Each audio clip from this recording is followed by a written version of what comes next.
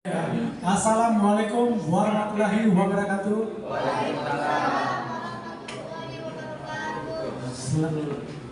Salam. Sebenarnya acara ini target kita adalah untuk generasi milenial Z. Saya punya pengalaman agak mengalami kesulitan menghadirkan TKRPP dulu bulan Agustus mencoba lewat band, lewat musik. Itu termasuk awal-awal kami mudah. Nah kali ini kita coba lebih basicnya lebih intelek lah gitu, dengan mengambil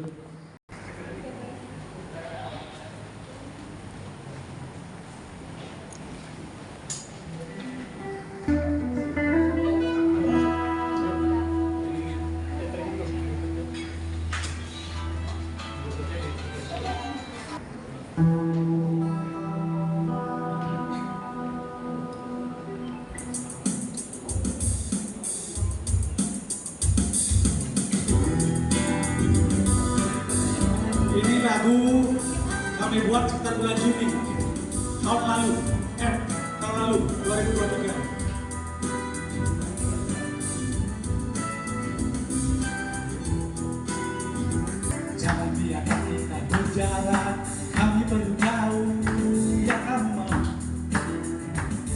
Ayo berdiri.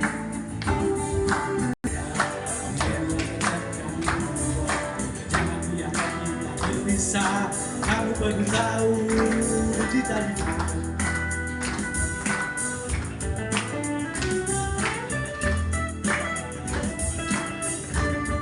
jika bersama, maka perlu kolaborasi.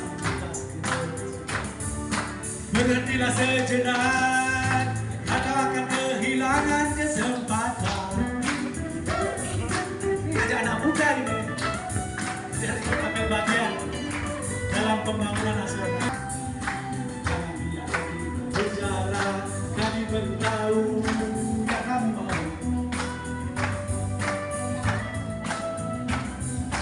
Aku boleh sangat juga, tapi ada sangat berbagi.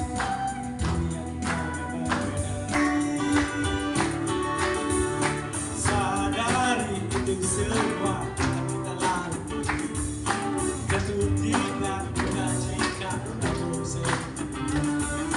Maka perlu kolaborasi.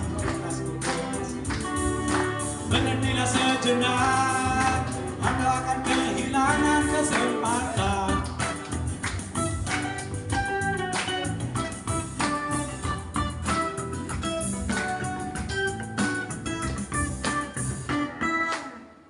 Terima kasih.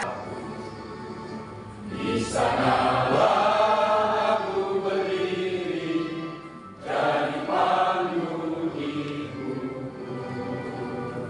Indonesia kebangsaanku, bangsa dan tanah air. Republik Indonesia ini, karena itu menjadi bagian yang cukup penting untuk diketahui. Sebenarnya adalah suara Tuhan. Bukan hanya masyarakat, rakyat suara Tuhan, tapi ini sudah menjadi suara pemuda nih, suara Tuhan. Karena sebagian besar presiden saat ini adalah rekan-rekan kaum muda gitu. Kami-kami yang muda usia kolonial. Suara yang menentukan masa depan Republik Indonesia.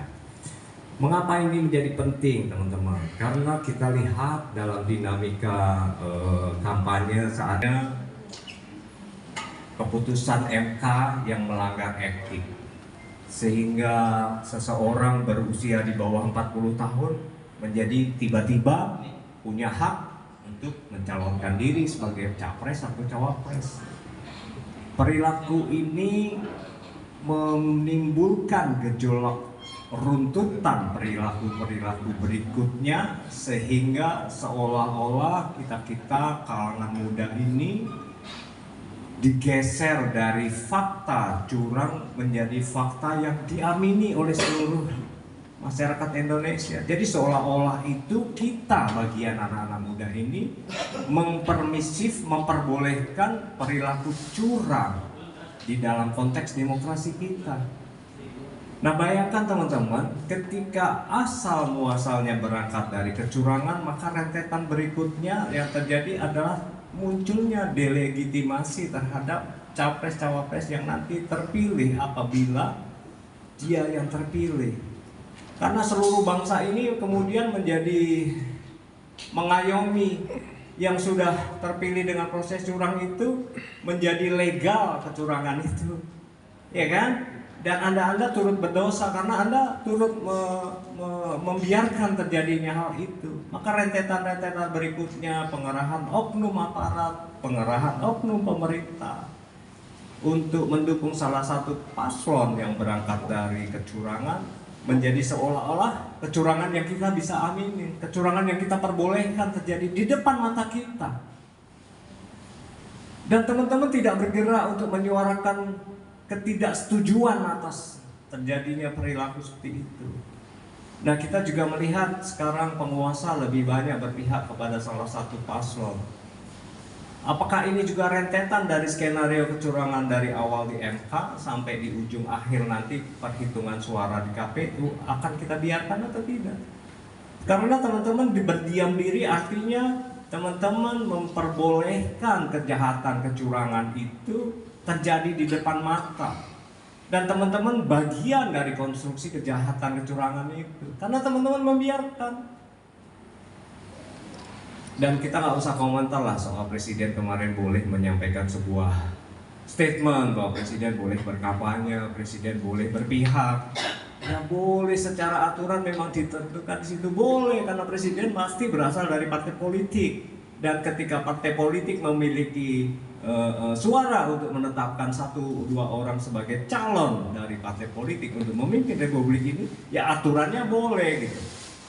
Tetapi aturan itu apakah harus diterapkan ketika anak presiden masuk ke dalam kontestasi Pilpres 2024? Ini yang menjadi kegusaran kita anak-anak muda ketika seorang presiden tidak bertindak sebagai negarawan tapi bertindak sebagai penguasa, maka dia akan menjadi bagian dari rentetan sistematika kecurangan itu. Tidak adil. Tidak adil lah. Akhirnya kemudian seorang gubernur atau PJ gubernur atau bupati, PJ wali kota, akhirnya kemudian karena mereka berasal dari afiliasi partai politik, iya jelas undang-undang Pilpres, undang-undang pilkada kita, calon kepala daerah berangkat dari partai politik. Ya akhirnya kemudian semua orang boleh, ada beberapa yang calon independen tapi jumlahnya kan sedikit. Untuk kepala daerah, presiden nggak boleh calon independen kan? Tapi akhirnya kemudian apa yang terjadi? Rentetan kecurangan yang sudah dilakukan mulai dari MA sampai sekarang penguasa mendeklarasi dirinya bahwa boleh berpihak kepada salah satu paslon, akan diikuti kemudian oleh pejabat-pejabat publik berikutnya. Dan rentetan kecurangan ini menjadi rentetan tsunami kecurangan nasional. Terjadi tsunami kecurangan secara nasional. Dan apakah kita akan berdiam diri melihat situasi ini? Tentu tidak. Hati kita boleh bicara, ini mulailah gelombang-gelombang ketidakpuasan. Tapi kita apa daya, masyarakat biasa. Kadang-kadang kita tidak bisa menyuarakan secara bebas. Saya kadang-kadang juga merasa terbeban untuk menyuarakan kebenaran di atas kecurangan. Takut masa depan kita, takut saya diintimidasi, luar biasa. Tapi kalau kita berdiam diri teman-teman, ini akan terjadi menjadi praktek-praktek buruk. Di dalam dunia demokrasi kita ke depan, ini akan menjadi semacam bad practices yang kemudian oleh presiden-presiden berikutnya akan diikutin, loh menjadi wong dulu boleh, sekarang nggak boleh. Nah gitu. Kemudian Indonesia yang sudah dibangun dengan air mata dan darah sejak 98 mereformasi sistem demokrasi kita, menjadi seolah semua itu menjadi sia-sia. Itu yang kita pengen angkat hari ini. Kita pengen teman-teman milenial, kita pengen teman-teman muda, mulailah membuka mata hati Anda. Mulailah mendengar apa yang menjadi salah satu value dari bernegara, menjadi nilai-nilai dari bernegara. Karena bukan sekedar kekuasaan yang dikejar, tapi kemaslahatan masyarakatlah yang harus dikejar. ketika kita menggunakan nilai-nilai batil untuk berkuasa di negeri ini, maka kemudian yang terjadi adalah bencana demi bencana. Karena regulasi-regulasi, peraturan-peraturan yang dilahirkan oleh pimpinan yang asal muasalnya dari batil pasti akan kembali menjadi kebatilan-kebatilan berikutnya. Dan korbannya siapa? Anda semua, masyarakat semua. Kita ini menjadi korban. Tapi saat ini kita masih berdiam diri, ya kan? Dan saat ini kita tidak memiliki wadah untuk bersuara. Karena itu kami senang sekali Mas Ika, Mas Hendy berkenan hadir sini untuk membantu kita menyuarakan gimana sih sebaiknya kita bersikap. Bagaimana teman-teman usia muda ini sebaiknya menyikapi situasi-situasi ini. Ya tentu saja kita punya semacam harapan agar sesuatu terjadi untuk memperbaiki keadaan. Kalau saya sebagai salah satu organ relawan, saya akan bilang, ya sudah, cara paling gampang adalah kalahkan yang batil itu, yang curang itu. Kita nggak mungkin pilih yang curang. Benar nggak teman-teman? Kalau Anda masih pilih yang curang, artinya Anda ngalah dengan keadaan ini kan? Militansi kita udah hilang, kepasrahan kita sudah di atas tempat tidur, pasrah dengan keadaan, ya kan? Tapi teman-teman tidak akan pasrah seperti itu kan? Nah, kita lawan kecurangan itu. Caranya gimana? Ya menangkan junjungan kita. Ini yang mungkin menjadi salah satu bagian penting dari effort perjuangan, dari rencana kita ke masa depan yang tinggal 2-3 minggu lagi. Oke ya teman-teman, saya kira itu pengantar dari saya. Dan ya, kita dengarkan dari bagaimana Mas Hendy menyikapi situasi ini, bagaimana Mas Seno punya pesan-pesan. Ketua Umum Konco Rambut Putih, singkat Krapu, ya kan? Kita berterima kasih sudah diberikan tempat, difasilitasi, kemudian dimotivasi juga.